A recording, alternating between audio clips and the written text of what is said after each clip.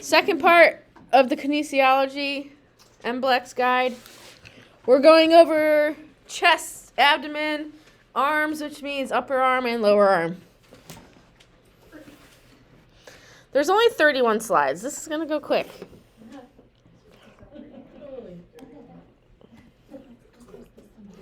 The first couple muscles that David Merlino tells us we should know are the muscles of the chest. That would be pec major, pec minor, and serratus anterior.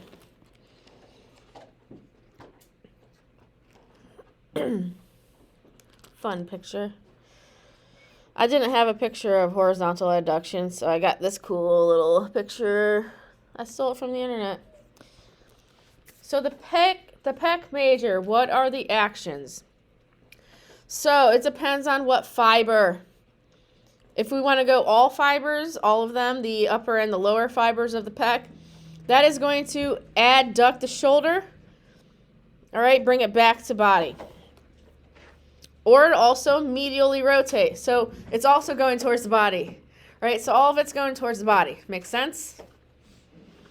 The upper fibers, the upper part of the pec major, is going to also assist in flexing the shoulder forward. Right? So you have your pecs, you have your biceps brachii that's helping to flex your shoulder, your deltoid. It's also going to horizontally adduct. So I had a problem with this one in school. Like, what's that mean? That means you're already in flexion, kind of 90%, not 180, already in flexion, and you are horizontal, like the horizon. Right, that is the action we're going. So if you're horizontally adducting, you're bringing it forward and together. Kind of like also praying, you're kind of doing that, but the arms, we're talking about the shoulder. All right, not really the lower arm. Or if we're horizontally abducting, we're bringing it away like you're about to hug somebody. Big hug. I have a quick question. On the AMTA practice test, they talk a lot about, I've had 3 or 4 questions about degrees. To what degree is this motion and that? And I'm like, where do I learn that? The Kinesiology book, the trail guide. Is it in there? It's in the back. The first trail guide book, not the trail guide to movement. It's in the back. I feel like knees, like that flexion. But also, they have shoulder flexion wrong. Huh? They have shoulder flexion wrong in that book. There's a typo. It's supposed to be 180. Okay. It says like 1 or 110, which would be like this. Okay. Like salute. But we're not. Inappropriate joke. It's fine. All right, upper fibers, flex, horizontal abduction. The lower fibers will actually bring your arm back a little into an extension. So it does all kinds of things. Let's look at the insertion points or the attachment points. So we're looking at O here, origin. This is where it's starting. It's going to be the medial half of the clavicle, so it's connected a little on the clavicle, right? And it runs down the sternum. Then it's going to reach out this way and connect onto the humerus, all right? So you know where the greater tubercle is? Right under it is a crest. The crest is a little raised surface where that muscle tendon can attach to. And that's why it's moving the shoulder, because it attaches to the arm. Right. And here's the nerves innervated. Basically C5 through T1. Now we have pec minor. This little guy, little sucker. The pec minor is actually connected onto the scapula at the coracoid process, but it's going to grab the scapula and pull it down into a depression. It can also abduct it, so it could pull it away a little bit, and it can downwardly rotate the scapula. All right. This is the wrong picture. I put I did not do abduct the scapula. I put abduct the arm, so this is wrong. Sorry, guys. I'll fix it and then put it back on your PowerPoint. Write me a note. I even, like, double-checked this. So what's wrong with It's supposed to be abduct scap, not shoulder. Slide 5.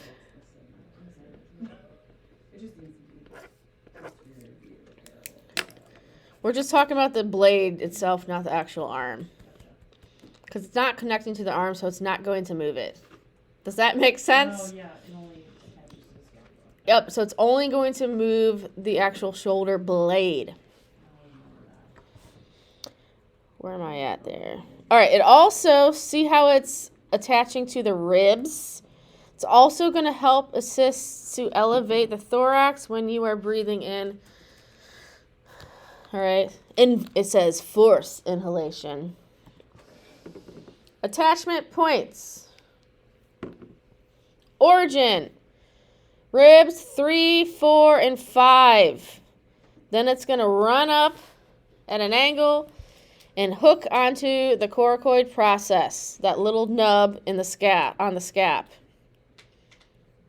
Innervated by, it says, medial pectoral with fibers from communicating branch of the lateral pectoral. Basically C6 through T1. No, you don't. I mean, they might ask like a nerve question. It's probably going to be facial nerve or ulnar nerve, yeah. Or sciatic nerve. It's going to be one of those, I would assume.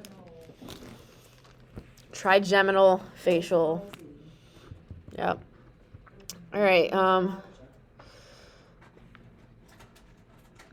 Where we got? Serratus anterior. Actions. See, I got all these wrong. I'm messing adding arms in here. Mercy. It does not do anything to the arm.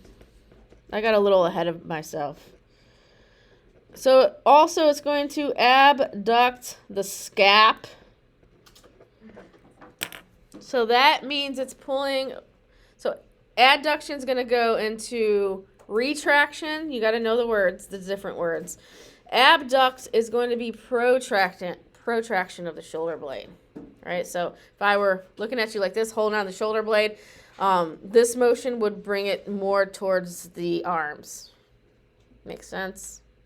So when I actually hang your arm off to work on the arm, get to the rhomboids better, it's actually pulling that shoulder blade further to the end of the massage table, and that's your abduction. Also, upwardly rotates the scap. We're always going to look at the spine of the scapula to see which direction it's going in. And that means look at the end. If it's going up, it's upward. If it's going down, it's downward. Also depresses. It's sad and it's depressed. So it brings the shoulder blade down. It can also help with elevating during forced inhalation. And then last but not least, I actually skipped one, but it holds the medial border of the scapula against the rib cage. Scapulothoracic joint, right? Scapulothoracic.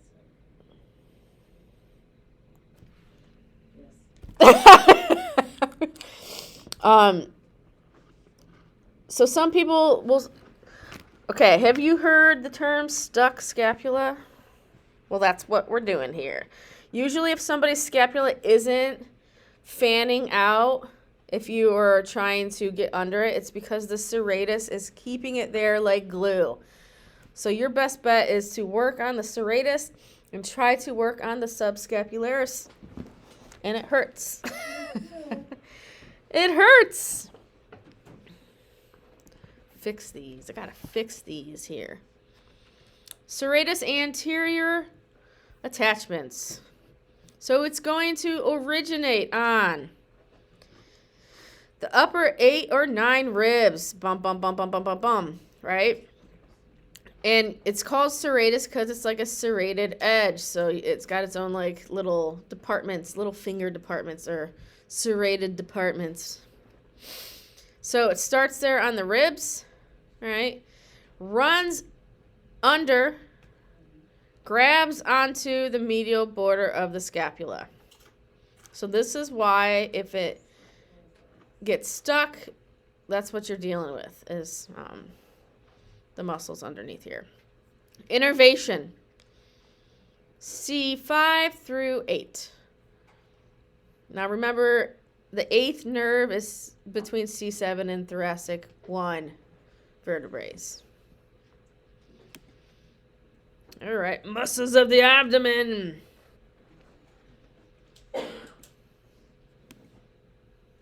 What is it doing there? Diaphragm.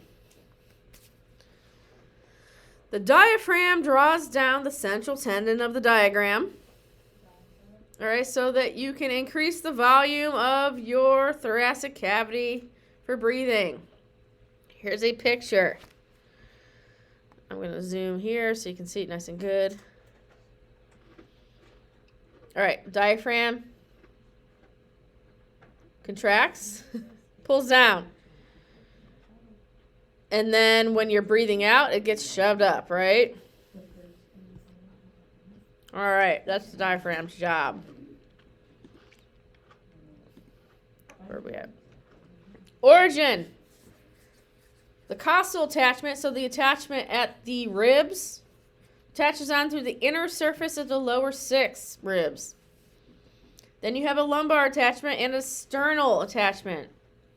Lumbar attachment attaches to the upper 2 or 3 lumbar vertebrae. So ribs to vertebrae, and then sternum to the xiphoid process. You guys remember where that is? It's at the very end. You have manubrium at the top. Xiphoid process is at the end of the rib cage, kind of right below the breasts. The attachment, it all forms together to create something called the central tendon. Let me get a picture, zoom it in here. Lumbar attachment, xiphoid process, and then you have all the rib attachments that all run up and kind of connect and create the central tendon, all right? And that's what's going to pull on or push the diaphragm to expand or compress for the lungs to fill or depress, right? Nerve. Let's see. It is innervated by the phrenic nerve, C3, 4, 5. Rectus abdominis. This is going to flex your vertebral column. It's also going to tilt the pelvis posteriorly because it connects down here on the pubic symphysis. So that fiber, I can't word. That tendon that connects on the pubic symphysis can actually draw that whole entire hip bone or pubis into an anterior tilt. So this is what's doing that, all right? So imagine this picture here, or imagine a muscle connecting here, and it's too tight and it's pulling the hips into this direction. So how is that anterior if your iliac crests are rotated back? If that's not posterior tilt? Or does it depend if you're talking about Where do I have? I mean, it does a posterior. Sorry, I was reading it wrong. It does posterior. So you're grabbing it here. Post is in the back. It's coming this way. I didn't know if you were looking dorsal versus. No. I'm doing it right, but calling it the wrong thing. Yeah, so if it's an anterior tilt, the hip is actually going to go like this. It's going to go forward to the anterior part of your body. If it's posterior, it's going to drop back to the posterior side. When we're dropping back posteriorly, you are going to have a flatter back like this picture and tends around the shoulders. You'll learn that with gait assessment. When it's popping anteriorly, you're going to have a more rounded back. This happens with pregnant women often. I love having my pelvis. I need to buy a shoulder. Hold on, Temu. Shoulder joint. I haven't bought Temu. There's your Temu. I haven't bought anything on Temu since Well, Shayla needs you to tariffs went up. buy her some cute crochet hooks while you're getting your shoulder. Shoulder bone model. So many notes here. All right. Origin. Pubic crests at the pubic symphysis. Insertion. It's going to run up and connect onto the cartilage of ribs 5, 6, 7, and the xiphoid process. So if you can see better here, it's kind of connecting all through here. 10-pack, not an 8-pack or a 6-pack. Right, you got 1, 2, 3, 4, 5, 6, 7, 8, 9, 10. Wow. I ain't never gonna see that, but okay.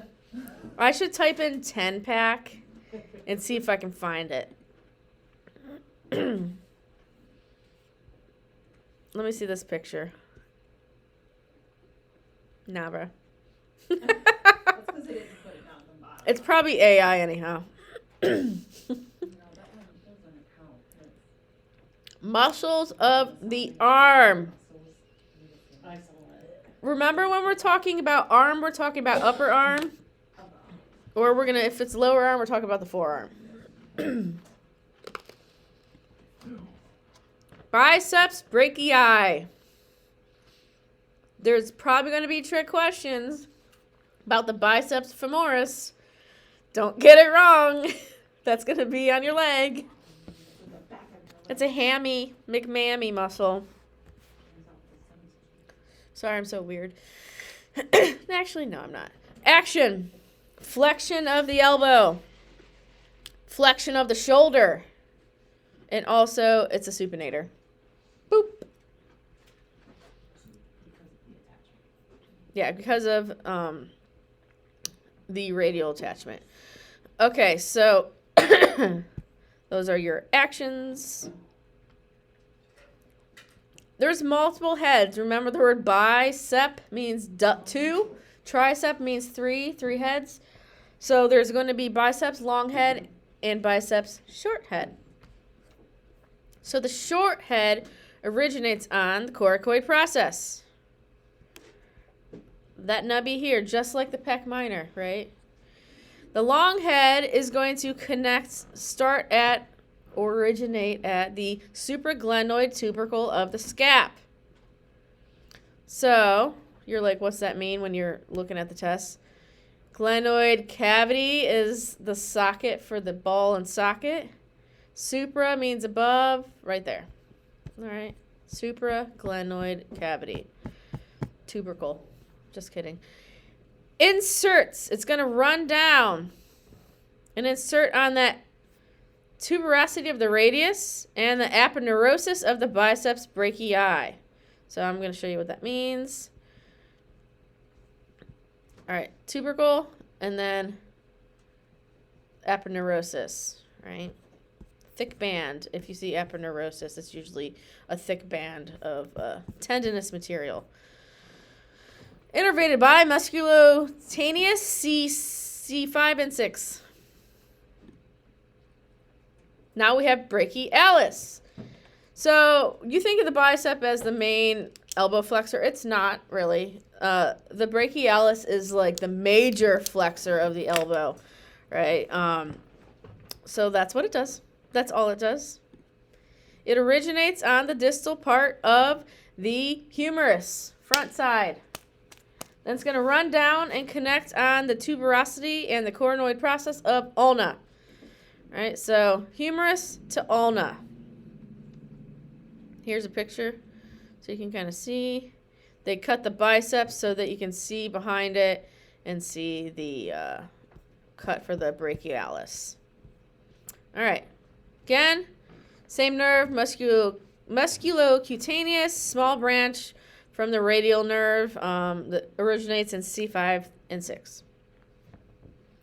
That is why if you're having issues with your neck, it can affect your arms, right? Makes sense. Now we have coracobrachialis. This muscle will tell you the attachment point and where it is at on the body. Coraco means coracoid process. Again, that little nubby nub on the scap. Brachialis means brachii means upper arm. So if you see that, you forget what it is, break it down slow for me, and then sing a little song. All right, action, flexion, shoulder. Another action, adduct of the shoulder.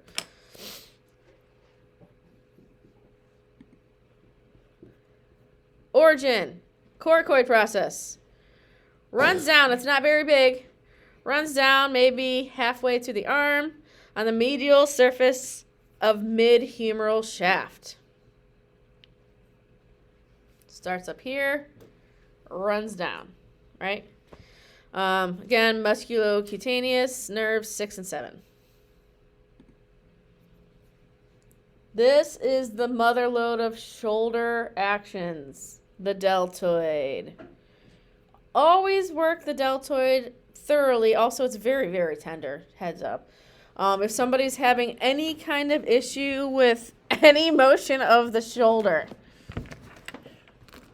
or humerus. So we have different fibers. We have your anterior fiber, posterior fibers, and then we're going to talk about all those. All the fibers will abduct the shoulder, all right, bringing it out. The front fibers are going to help with flexion of the shoulder and help with medial rotation of the shoulder and help with horizontal adduction of the shoulder. The back fibers are going to pull the shoulder back into extension. Laterally rotate, so it's bringing everything back, right, and horizontally abduct. So the front is going to do everything in the front motion, and the backs are going to do everything in the backs. Makes sense? All. Does it all. Deltoid attachments. It starts on a whole bunch of stuff, actually. It's on the clavicle, the acromion, and the spine of the scapula. So it's going to kind of draw a line of tendinous material all the way from clavicle all the way back to the spine of your scapula, right? And then it's going to run down, and somebody who's really muscular, not me, you can actually see where the deltoid stops and all connects onto that deltoid tuberosity. Innervated by the axillary nerve C5 and 6.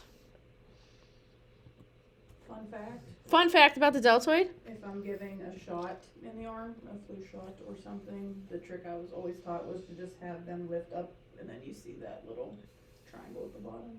Because you don't want to put it in there. Right, you want it in the middle of the middle fibers, basically. But just lifting up like a lat raise at the gym, you're working your delts. Lift up just a little, and you can see that little triangle. You can still see it. No matter really how Can't much see muscle mine. I can mass feel they have. it, Just but lift right it here. a little bit, like flexes it enough to see. Why? Because every action makes it flex. Actually had my chiropractor, I have 2 chiropractors, but anyhow. My chiropractor yelled at me to stop doing horizontal abduction and adduction at the gym. Why? Because I keep having this pec problem. He's like, stop doing that. The amount of injuries that I get from people doing that machine at the gym. So I listened. I wasn't going to, but I did. I feel a lot better. All right. Anywho, triceps brachii. Tri means 3 heads. So we have the lateral head, the medial head, and the long head. So it's not like short and long. They're like, let's just add more weird heads and confuse you. So all the heads will extend the elbow. All right, so it's going to bring your elbow back down into extension. The long head is going to actually extend the shoulder and adduct the shoulder. All right, so it's doing some things in the back as well. Let's look at the attachments. It covers a lot of space. And I don't know about you guys, but my triceps are weak. Most people are. If you try to do like, what are they called? The chair dips? Oh gosh, those stink. All right, so the long head of the tricep will originate in the infraglenoid tubercle. So that's below the glenoid cavity, in through here. Infraglenoid tubercle. The lateral head. So this makes sense. You have a more medial and more lateral head, right? The lateral head, which is going to be facing that way, right, is going to originate on the posterior surface of the proximal, above the top half of the humerus is what that means, right here. That medial head, which if you're in anatomical position is more towards your ribs, right, is going to be the posterior surface of the distal, the lower half. So each head is going to grab different parts of your humerus, right? And then it's going to all run down and connect on your elbow, which is your olecranon process. This is why it pulls your arm into a straight position. It is innervated by C6, 7, 8, T1. So does the medial one sit underneath of everything, or is it come underneath and come out front? It's underneath. It's underneath. Yeah, like look at this picture. So you have your medial head. We're going to make all of these invisible. Okay, so that's first, that's deep, and then the And then other see two how are superficial. medial head, yeah. So the medial head's kind of hanging out underneath. The lateral head's bringing everything up and creating tendinous material to connect down to the olecranon process. Yep. All right, forearm muscles. You ready? Let's go. Anconius is cool. Anconius is a teeny tiny little baby muscle. It extends your elbow. It helps your triceps, right? That's all it does. And they didn't even give me cool pictures, but it starts on the lateral epicondyle of the humerus. Remember epicondylitis? Yep. All right, that's where you're going to be having your golfers and your tennis elbow, right? So it connects here, runs down, and connects on the olecranon process and part of the ulna, the top of the ulna. How specific? It's not going to ask very specific on the MBLEX. It might, I mean, not that many questions are going to be, Yeah, there's 12 or 13. yeah, so just don't bomb all of the kinesiology questions, please. I think most of it's going to be asking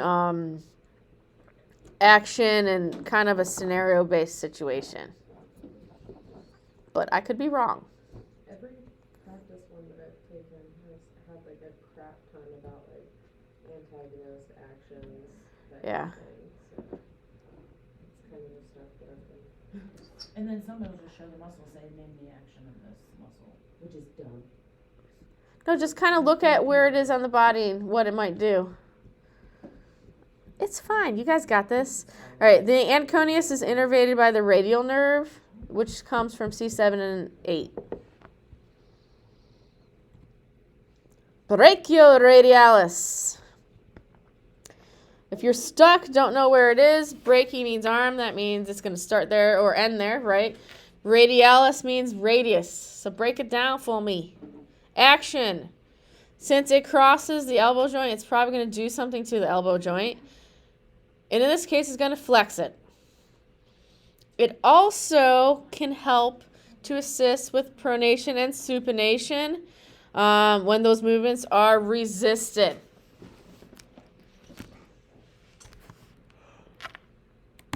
Alrighty. Origin.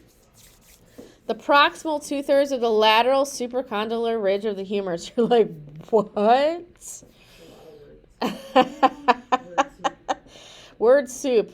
All right, proximal 2/3 of the lateral. Lateral, it's going to be away from the body, right? Supra, above condylar ridge. Above the condylar ridge of the humerus. Starts there, runs down, connects on that itty bitty little point of the radius called the styloid process.